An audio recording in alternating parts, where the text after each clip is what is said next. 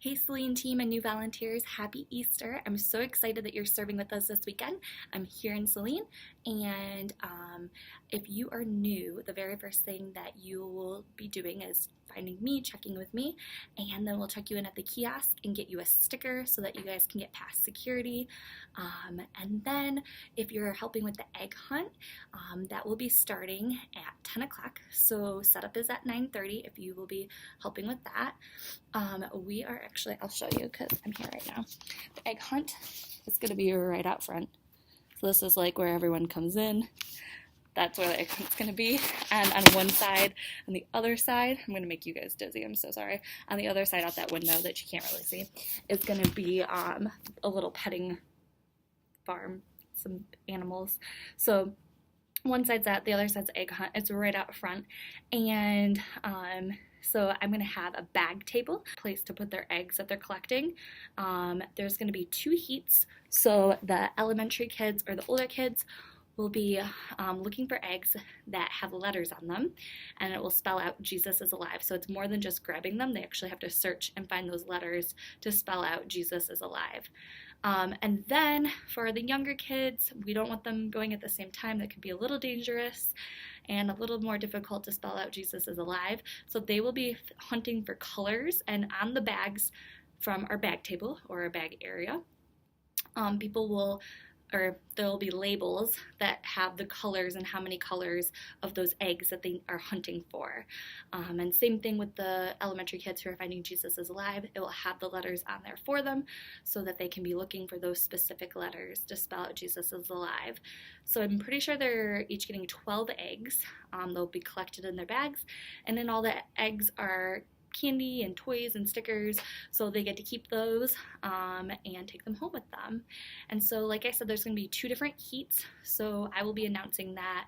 We'll have some music playing, hopefully, maybe even just some things to do out there, and your presence is so important so that we can welcome and direct people with what to do. I think it's going to be just super fun and a good time to just like talk to families you might not normally get to talk to and just be outside with them before service, before church. It will be super fun. Hopefully we're praying for good weather, so keep praying for that. And directly after that, we're going to have people helping clean up. And then we are going to be moving inside for the wave. And the wave starts at 10:30. It's right out in front of our kids' check-in kiosks. And Wayne will be leading that and just getting us ready for our morning in prayer. And so then following directly after that is when you guys come in this room right here for our team time, which is, if you're new to serving with us, it's right next to our check-in kiosks. And I will make sure that you guys feel completely comfortable and sure of what you're doing. Hopefully this video helps a little bit, and that you guys, if you have any questions that come up from this video, that you can just email me, call me, text me, whatever you want to do, so that you feel good about Sunday. I will also be having some food for you guys here, so little breakfast treats and snacks. So you guys can come expecting that, and have that before we go into the rooms. So I wanted to show you a few things that we'll be doing, and starting with preschool. If you are serving in preschool, this is what you'll be doing as your craft after all of the programming. So you will be making the tomb with the crosses and a little stone that rolls away that says he is alive, or he is risen actually. And so you are going to use paper plates that are already going to be cut. Everything is trying to make it a little easier for you guys so that everything's cut for you and hole punched, and you're gonna have blue paper plates. The blue is the background, so this part is going to be stapled. Before that, the kids are gonna color all their pieces. So they're gonna have a Jesus, an angel, 3 crosses, the stone, and a Brad. And so they are going to color those pieces, and then you're going to help them assemble it. So help them glue their Jesus in the center, help them staple around the edges. This part gets stapled. And then you can either tape this part onto the back, or if it's easiest to staple it, you can do that too. And then the angel that just goes right on the side. And then you're going to help them secure, this is already hole punched, this is already hole punched, the stone that can like swivel or roll away. And those are all the parts to that. So again, they're coloring, maybe some of them can help tape or put it together. In your baskets, there's tape and there's staplers and crayons, any other supplies you guys might need.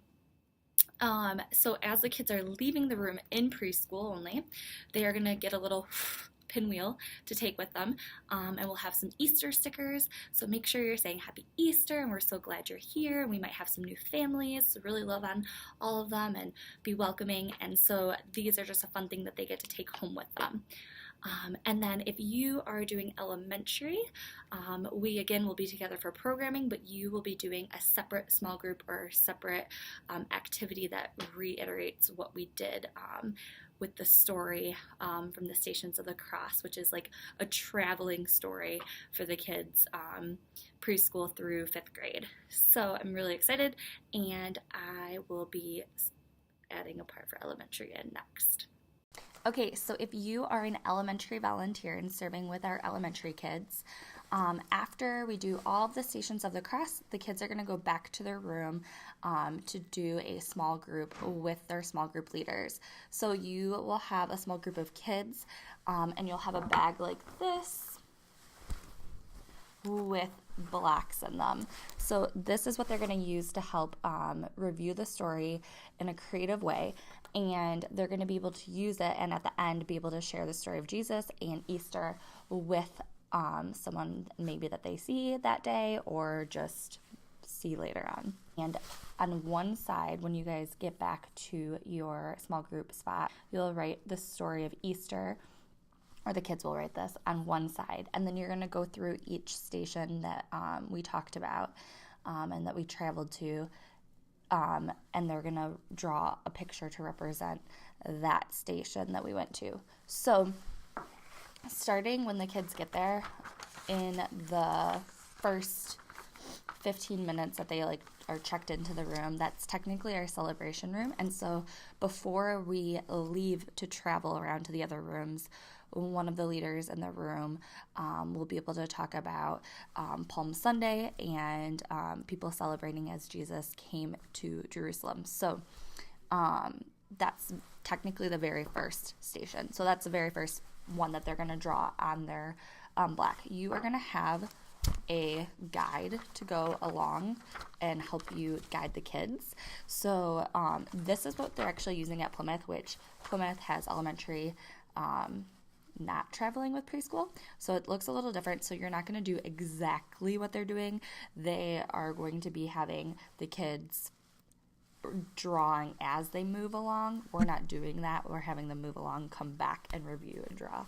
So you might need to, I'm editing these so that you don't have to be confused when you're reading some of the parts that they're doing differently. So there's questions on here. So what would be exciting about Jesus coming to town? Talk to them about that. So as they're drawing, as they're reviewing that first thing that they saw, you have questions to help prompt that and just to get them thinking about the Easter story. So then you are going to have them draw on the first side a palm branch to represent when Jesus came to town for Palm Sunday. And then on the next page, or the next side of the block, they're going to use that side to represent the Last Supper, which was our serving room. So they're going to draw a glass or bread to represent the Last Supper and Jesus' disciples. So that's going to be on one side of the block. Again, there's questions to help prompt them thinking about that. And then on the other side of the block, they're going to draw the garden. So again, what is difficult situation you have been facing would be a good prompting question while talking about the garden. And then they can draw a flower on one side. If they think of something different and creative, of course they can draw that too. And then on another side of the on another side of the block, they're going to draw a cross to represent Jesus' crucifixion. And again, ask them questions, talk about what they remember from that when we were in that room and what was said. And then the very last thing that they're going to draw on the black is an empty tomb and talk about Jesus's resurrection. So most of our kids who aren't guests, we have been talking about the ABCs of salvation, that we need to admit, believe, and choose. So they should be very familiar with that because we've been talking about it for the past 2 months. So that is also in the last part of the resurrection, is talking about the ABCs of salvation. So just follow the Holy Spirit's prompting on that and what you feel the kids are kind of leading you on that too, with what questions they might be asking. So most of our kids that have been there are super familiar with us talking about that, but maybe some guests aren't. So talk about that once you are wrapping up, and then of course pray with them. And that's pretty much it that you're going to be doing. So this is going to be probably 15-ish minutes at the end of service. So you'll have a good chunk of time, or we should have a good chunk of time to sit in or at a table with these kids, and they're just going to be using regular like Crayola markers to draw on these. Make sure their names on it and a little small print somewhere, maybe on the side that says the Easter story.